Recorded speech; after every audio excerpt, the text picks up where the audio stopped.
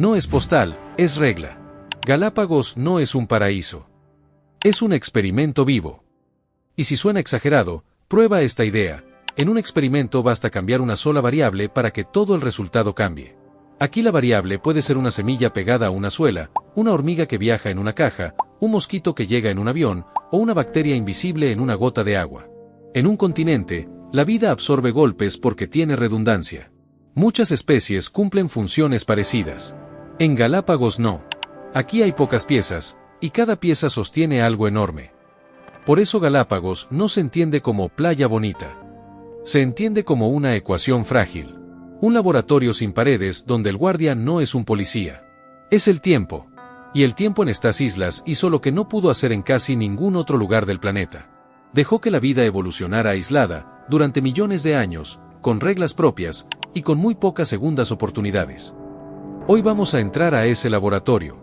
No para admirar postales, sino para entender por qué este lugar es tan raro, tan valioso y tan fácil de romper. Y por qué, aunque parezca contradictorio, Galápagos se protege no solo por amor a la naturaleza, sino por respeto a un experimento que aún está corriendo. El laboratorio que no se diseñó. Se formó. Las islas no nacieron listas. Estas islas no son antiguas ruinas verdes. Son geología reciente, superficies volcánicas que emergieron del océano y tuvieron que aprender a ser tierra habitable.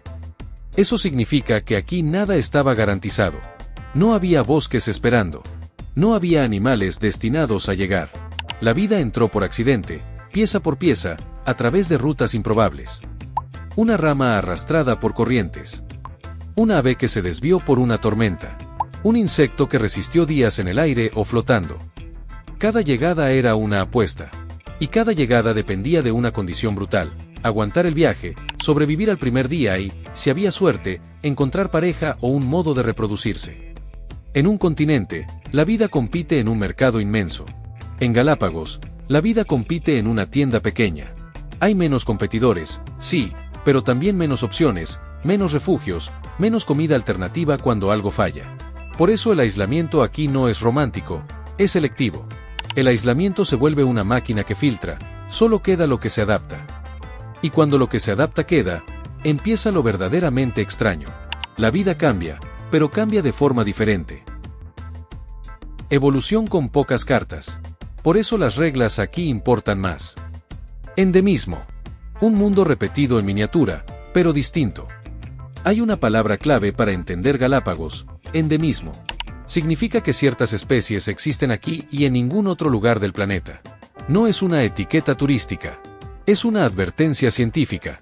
Si algo desaparece aquí, desaparece del mapa completo. Piensa en lo que eso implica. En un lugar con muchas especies parecidas, si una cae, otra puede ocupar la función ecológica. Aquí, muchas funciones están asignadas a muy pocas especies.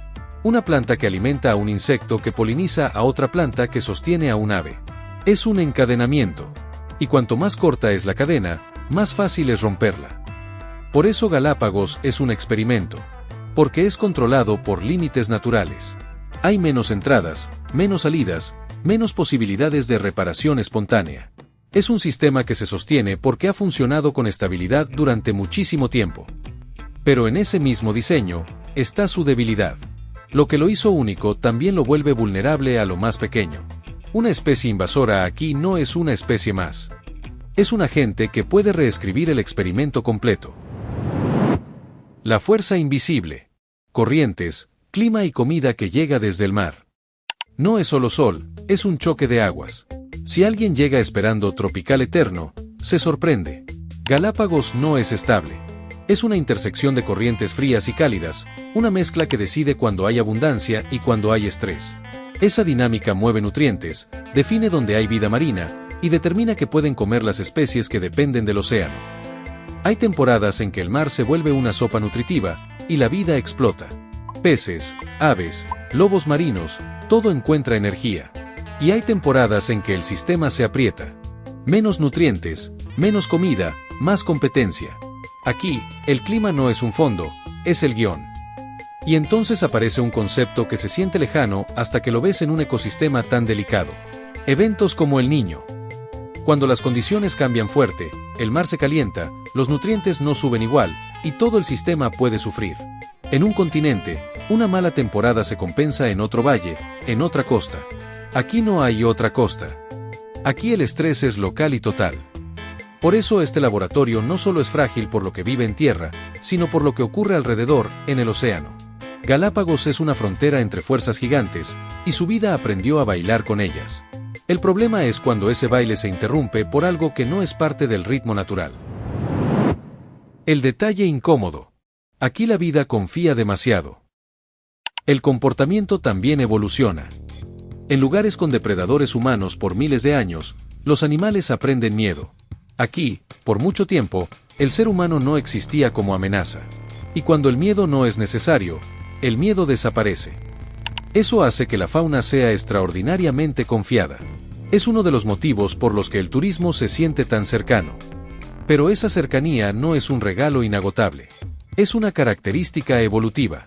Y como toda característica evolutiva, tiene un costo cuando el entorno cambia. Una especie que no teme, se expone. Una especie que no reconoce peligro nuevo, pierde tiempo reaccionando. Y una especie que nunca compitió contra ciertos depredadores, gatos, ratas, perros, hormigas invasoras, no tiene defensas conductuales preparadas. Este punto es clave. El experimento no solo creó formas de cuerpo distintas, creó formas de comportamiento distintas. Y el comportamiento es parte de la supervivencia. Cambia el comportamiento del entorno, y cambias la probabilidad de vida. El visitante más peligroso no es el turista, es lo que el turista trae sin saber. Invasoras. Cuando entra una pieza que el sistema no conoce. La amenaza más seria para un ecosistema aislado suele ser silenciosa, las especies introducidas. No siempre son malvadas. Muchas veces son exitosas. Y ahí está el problema. Un organismo exitoso en un sistema pequeño puede convertirse en una sombra que crece. Imagina una planta que se reproduce más rápido que las plantas nativas. Ocupa espacio, roba luz, cambia el suelo. O un insecto que se alimenta de huevos. O un depredador que encuentra presas que no saben esconderse. El resultado no es una pelea justa, es una invasión de ventajas. Y en Galápagos, además, la introducción no es solo biológica. Es logística. Cada barco, cada avión, cada contenedor, cada caja, es una puerta potencial. Por eso existen controles tan estrictos. No son capricho, son la línea entre experimento intacto y experimento contaminado. En un laboratorio real, nadie entra con zapatos sucios. Aquí pasa lo mismo, solo que el laboratorio es un archipiélago, y el polvo puede ser una semilla que cambia un paisaje completo. La paradoja del paraíso. Mientras más lo amas, más lo presionas. Turismo, población y demanda. El equilibrio social también cuenta. Hay una paradoja brutal. Galápagos se protege porque es famoso, pero también se presiona porque es famoso. El turismo trae recursos, atención global, empleo. Y al mismo tiempo, trae demanda de agua, comida, energía, infraestructura y transporte. Y Galápagos no produce todo lo que consume. Mucho debe llegar desde fuera. Eso significa más entradas, más movimiento, más riesgo de introducciones accidentales. Y también significa que la vida cotidiana en islas pobladas se sostiene con una logística compleja. No es naturaleza pura. Es naturaleza conviviendo con necesidad humana. Ahí entra una capa que casi nunca se muestra en las postales. La gestión. La conservación no es solo decir cuidemos. Es administrar flujos, regular, inspeccionar, educar, sancionar cuando toca. Es una disciplina permanente. Instituciones como Parque Nacional Galápagos existen para eso. Para mantener el experimento en condiciones, incluso cuando el mundo moderno intenta convertirlo en un producto. Y cuando esa gestión falla, aunque sea un poco, el experimento lo siente.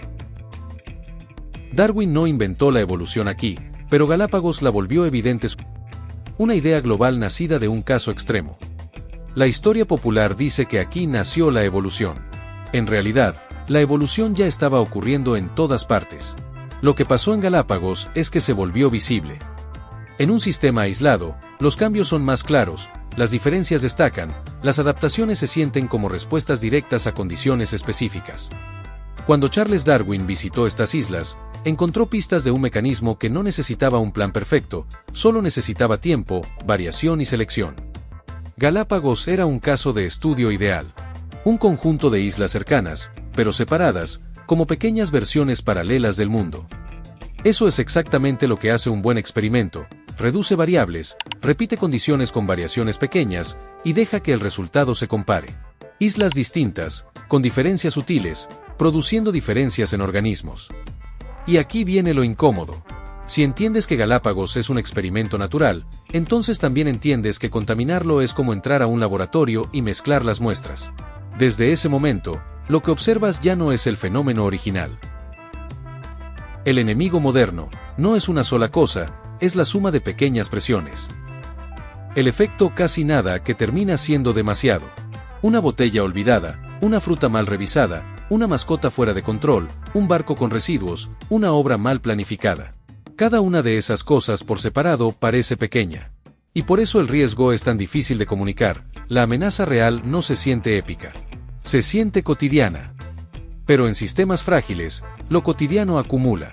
Se vuelve presión crónica. Es como vivir con un sonido bajo constante. Al inicio no molesta, después agota. A eso se suma el cambio global.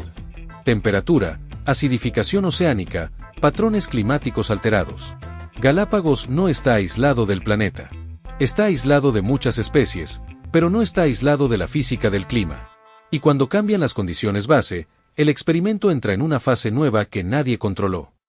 Entonces, la pregunta deja de ser ¿qué tan bonito es Galápagos? Y se vuelve ¿qué tan estable puede seguir siendo su equilibrio? Y esa pregunta importa porque aquí el equilibrio no es abundante. Es preciso. Lo que se protege aquí no es solo fauna. Es información del planeta. Galápagos como archivo vivo. Si miras Galápagos como un lugar, lo reduces. Si lo miras como un archivo, lo entiendes mejor. Aquí hay información biológica sobre cómo la vida resuelve problemas cuando tiene límites. Cómo se adapta cuando tiene poca agua, pocas plantas, pocos depredadores, pocos competidores. Cómo la forma, el comportamiento y la ecología se reconfiguran bajo aislamiento.